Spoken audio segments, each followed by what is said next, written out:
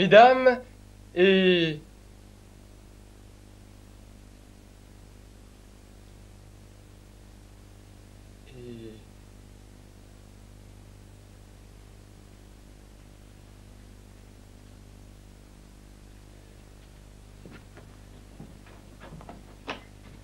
En quelque sorte, messieurs.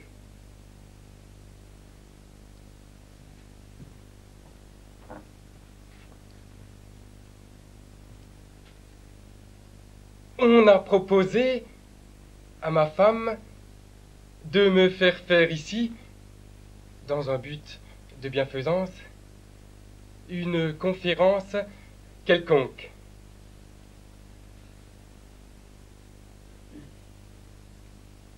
Eh bien, s'il faut une conférence, faisons une conférence. Cela m'est complètement égal. Évidemment,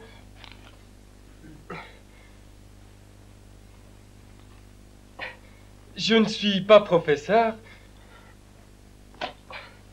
et ne possède aucun titre scientifique, mais cependant, voilà déjà 30 ans que, sans m'arrêter, on peut le dire, au détriment de ma propre santé, etc.,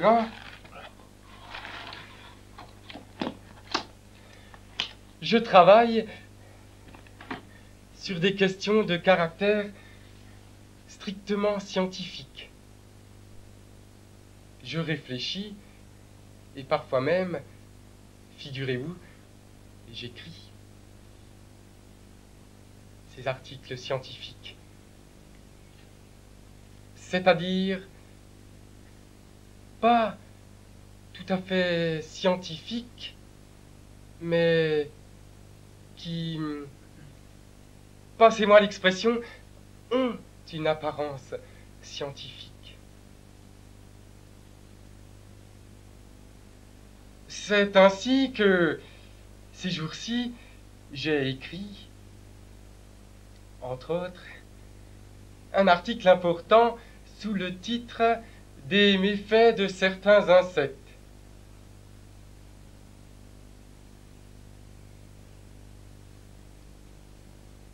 Cet article a beaucoup plu à mes filles, particulièrement le passage concernant les punaises.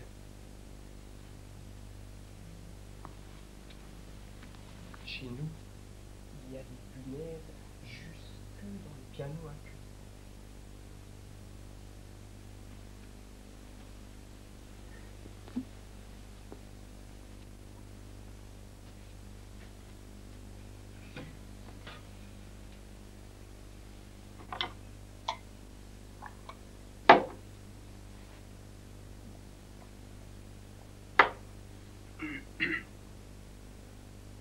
Comme sujet de ma conférence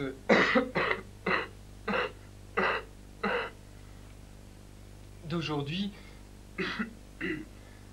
j'ai choisi, pour ainsi dire, le danger que fait courir à l'humanité l'usage du tabac. Personnellement, je fume.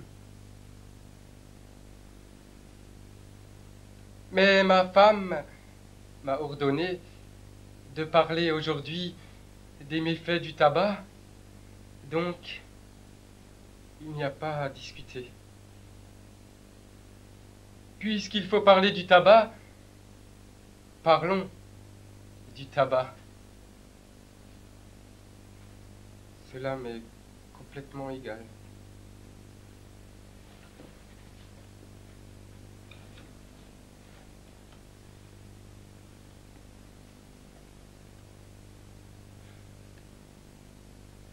Quant à vous, mesdames et messieurs, je vous prie d'écouter ma conférence avec tout le sérieux voulu, pour qu'il n'y ait aucun désagrément. Ceux qui feraient une conférence sérieuse, scientifique, à qui cela risque de déplaire, n'ont qu'à ne pas écouter et sortir.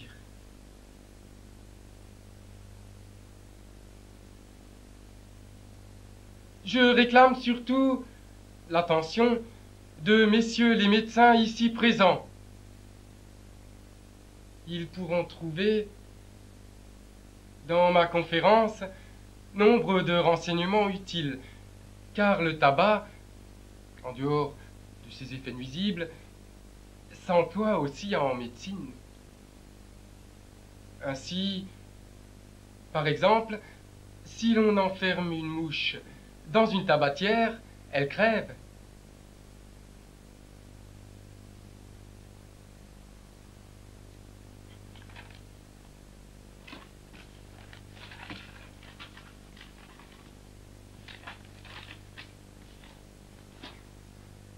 Sans doute par suite d'une dépression nerveuse.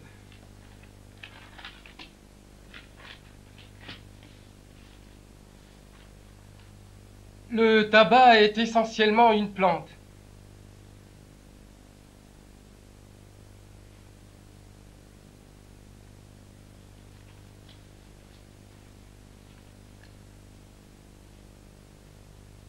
Quand je fais une conférence, je cligne ordinairement de l'œil gauche. Mais n'y faites pas attention. C'est l'émotion. Je suis en général très nerveux et mon œil a commencé à cligner en 1889, le 13 septembre, le jour même où ma femme a accouché, en quelque sorte, de sa 4e fille, Barbara. Toutes mes filles sont venues au monde à 13.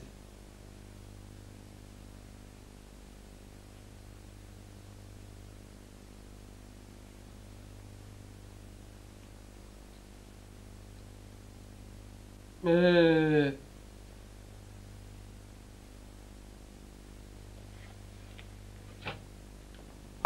étant donné que l'heure avance, ne nous écartons pas de l'objet de la conférence.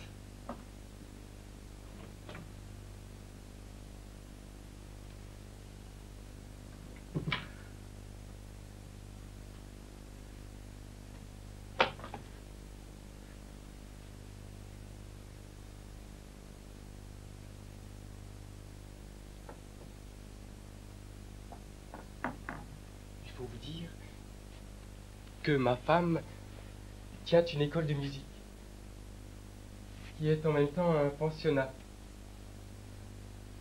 C'est-à-dire, pas tout à fait un pensionnat, mais quelque chose d'approchant. Entre nous, soit dit, ma femme aime bien pleurer l'hiver, mais elle a mis de côté pas mal d'argent. 40 à 50 000 roubles.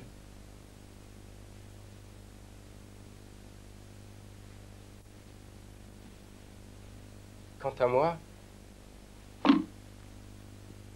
je ne possède rien. Pas un kopek. Enfin, n'en parlons pas. Dans le pensionnat de ma femme, je suis affecté à l'économat. J'achète les provisions, je surveille le personnel, j'inscris les dépenses, je confectionne les cahiers, je détruis les punaises, je promène le petit chien de ma femme, j'attrape les rats.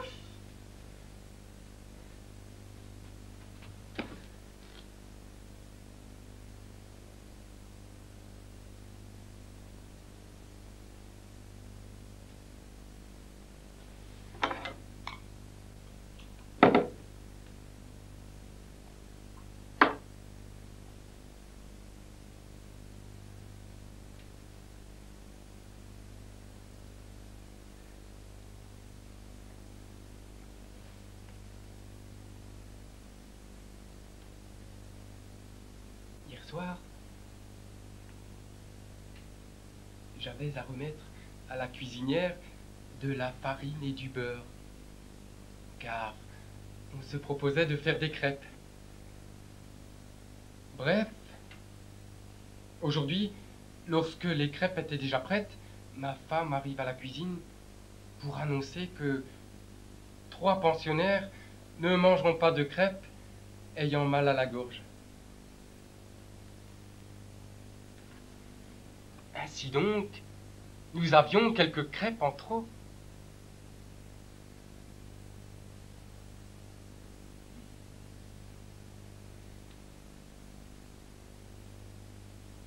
Que faire? Ma femme, tout d'abord, ordonne de les mettre à la cave, puis elle réfléchit et me dit: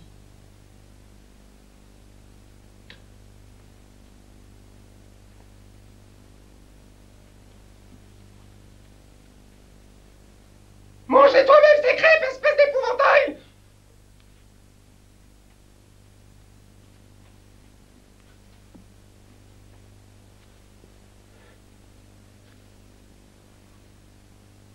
Quand elle n'est pas de bonne humeur, ma femme me traite d'épouvantail.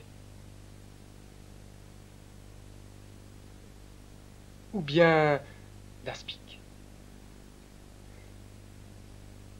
Ou de Satan.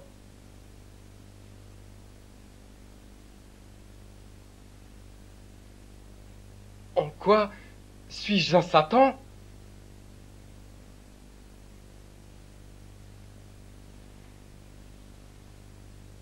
Elle est toujours de mauvaise humeur.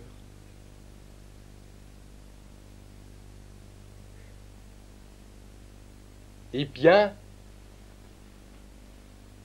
je ne les ai pas mangés.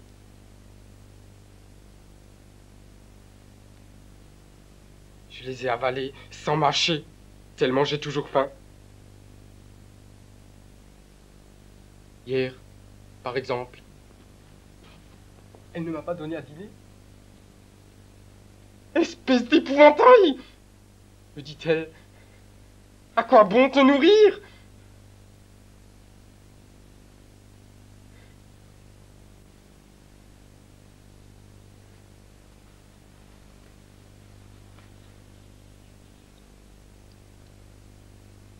Mais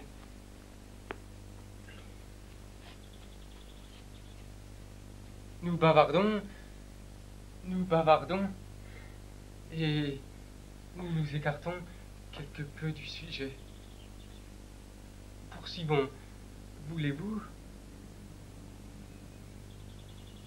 Bien que, j'en suis sûr, vous préféreriez entendre à présent une romance ou une symphonie quelconque ou un air d'opéra? Au combat, nous irons sans scier ni trembler.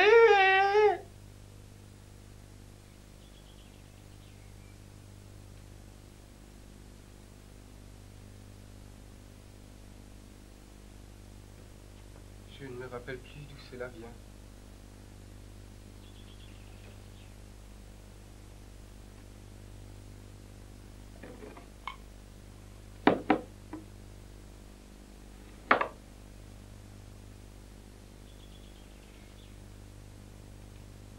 Entre parenthèses, j'ai oublié de vous dire qu'à l'école de musique de ma femme, outre mes fonctions domestiques, j'ai la charge de l'enseignement des mathématiques, physique, chimie, géographie, histoire, littérature, etc.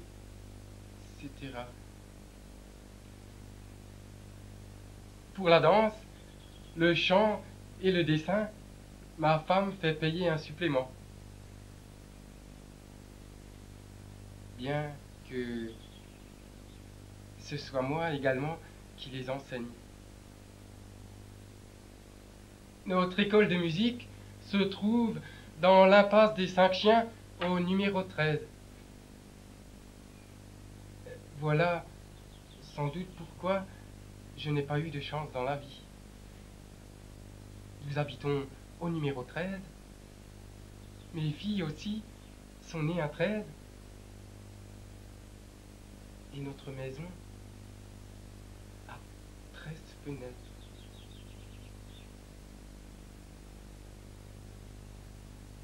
Enfin, n'en parlons pas. Pour tout renseignement, s'adresser à ma femme, qu'on trouve toujours à la maison. Et le programme des études, si vous le désirez, est vendu chez le concierge à 30 kopecks l'exemplaire. Si vous voulez, je peux vous en céder quelques-uns. C'est 30 kopecks l'exemplaire.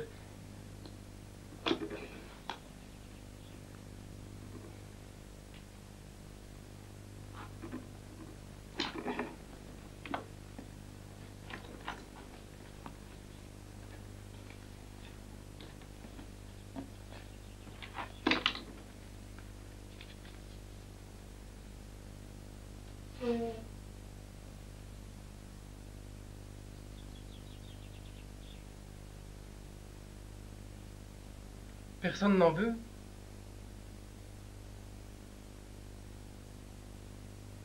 Alors, à 20 kopecks?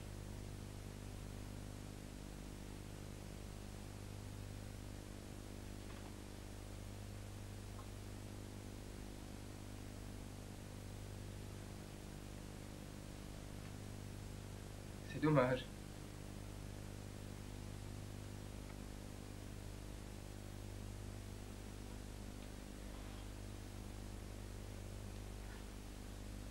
Oui, la maison est au numéro 13.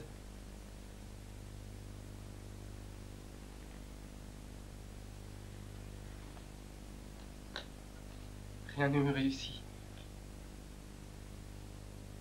Je vieillis. Je deviens bête.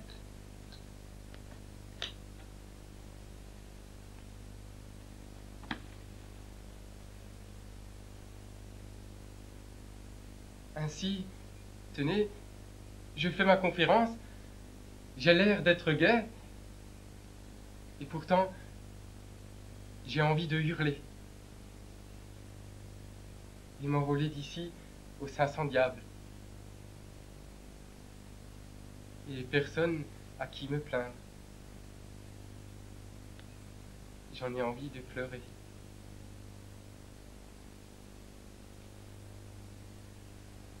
Vous me direz, et vos filles? Mes filles? Quand je leur adresse la parole, elles ne font que rire. Ma femme a 7 filles. Non, pardon, 6, il me semble.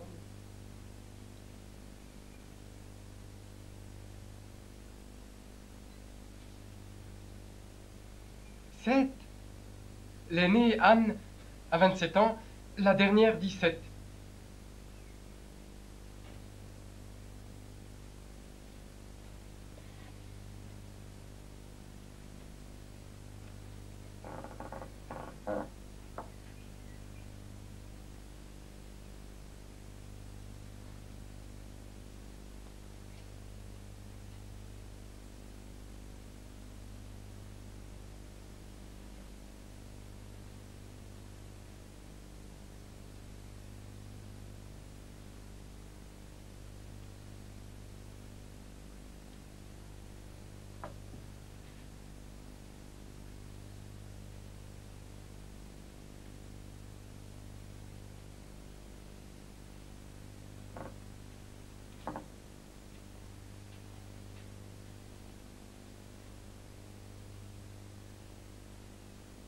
Mesdames et messieurs,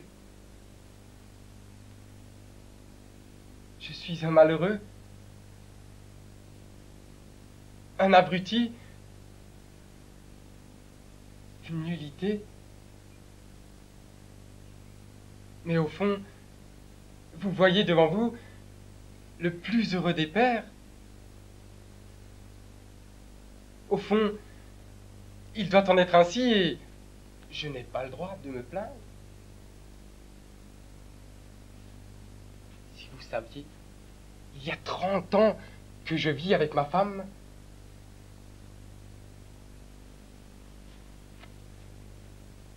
Et je peux dire que ce furent les meilleures années de ma vie. C'est-à-dire,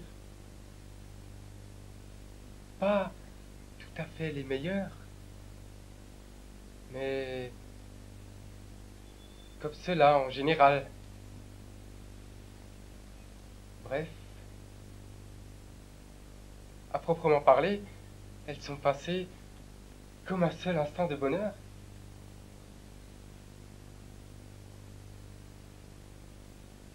Le diable les emporte.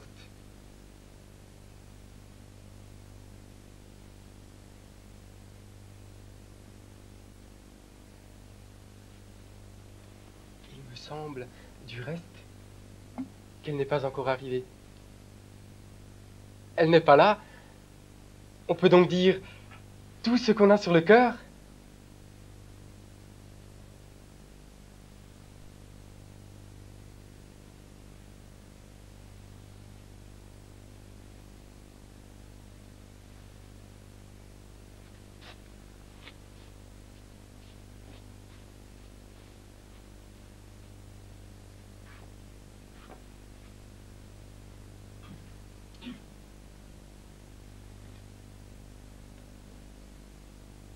J'ai une peur affreuse.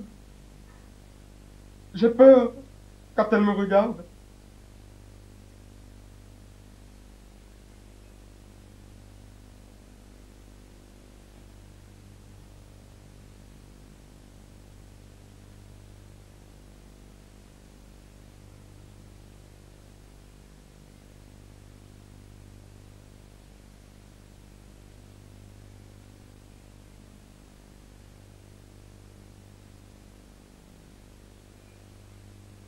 Oui, il est certain que si mes filles n'arrivent pas à se marier, c'est qu'elles sont très timides.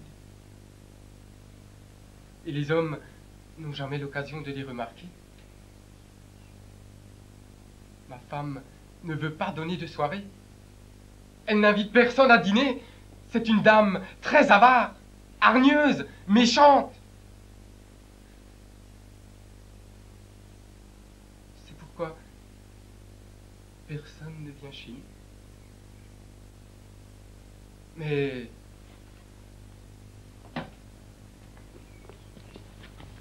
je peux vous le confier, sous le sceau du secret, on peut voir les filles de ma femme, les jours de grande fête, chez leur tante Natalia Semenovna, celle qui souffre de rhumatisme et porte une robe parsemée de points noirs. On dirait des cafards. On y sert même des hors d'œuvre. Et quand ma femme n'est pas là, on peut en jeter quelques-uns. Il faut vous dire que je me grise au premier verre. Et cela fait si chaud au cœur. Et en même temps, si triste, qu'il est impossible de le décrire. On se souvient alors, on ne sait pourquoi, de ces jeunes années, et on a envie de s'enfuir. Si vous saviez comme on en a envie. Fuir, tout abandonner sans se retourner. Où? N'importe où. Quitter seulement cette femme méchante, cette méchante mégère qui m'a fait souffrir 33 ans. Fuir la musique, la cuisine, l'argent de ma femme, toutes ces niaiseries et ces platitudes. Et s'arrêter enfin quelque part, loin, loin dans un champ, et se dresser comme un arbre, un pieu, un épouvantail, sous l'immensité du ciel, et contempler toute la nuit la lune claire et sereine au-dessus de soi, et oublier, oublier.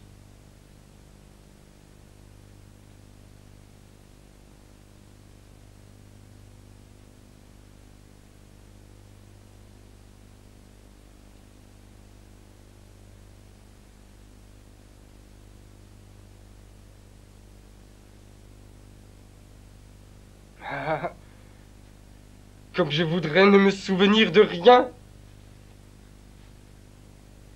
comme je voudrais arracher ce vieil habit dégoûtant dans lequel je me suis marié il y a 30 ans, dans lequel je fais sempiternellement mes conférences de bienfaisance.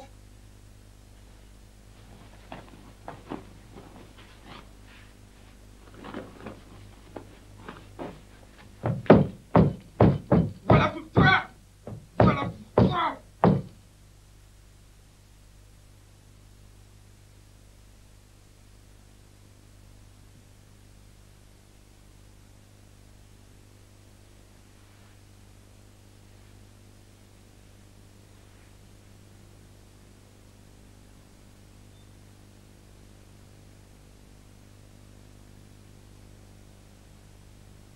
Je suis vieux,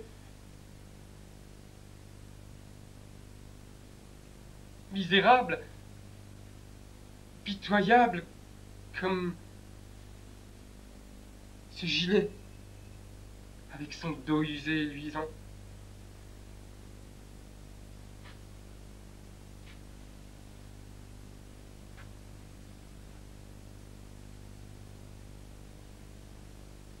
Maintenant, je n'ai besoin de rien. Je suis au-dessus de tout cela. J'étais jeune autrefois, intelligent, j'étudiais à l'université, je rêvais, je me croyais un homme. Maintenant, je n'ai besoin de rien. Je ne demande qu'un peu de repos.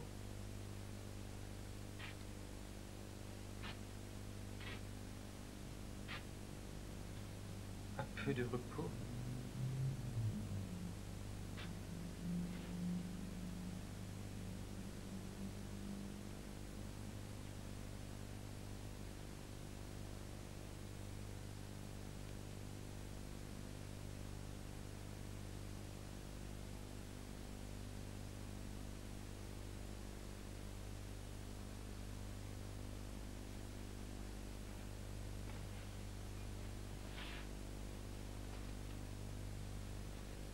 Mais voilà ma femme.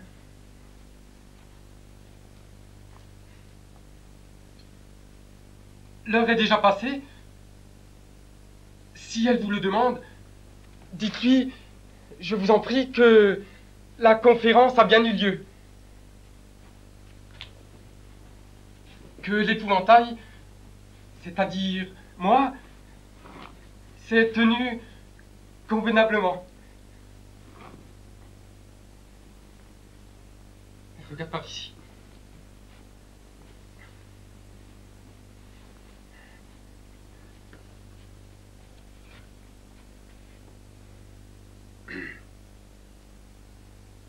Étant donné que le tabac contient l'horrible poison dont je viens de vous parler, il ne faut fumer en aucun cas.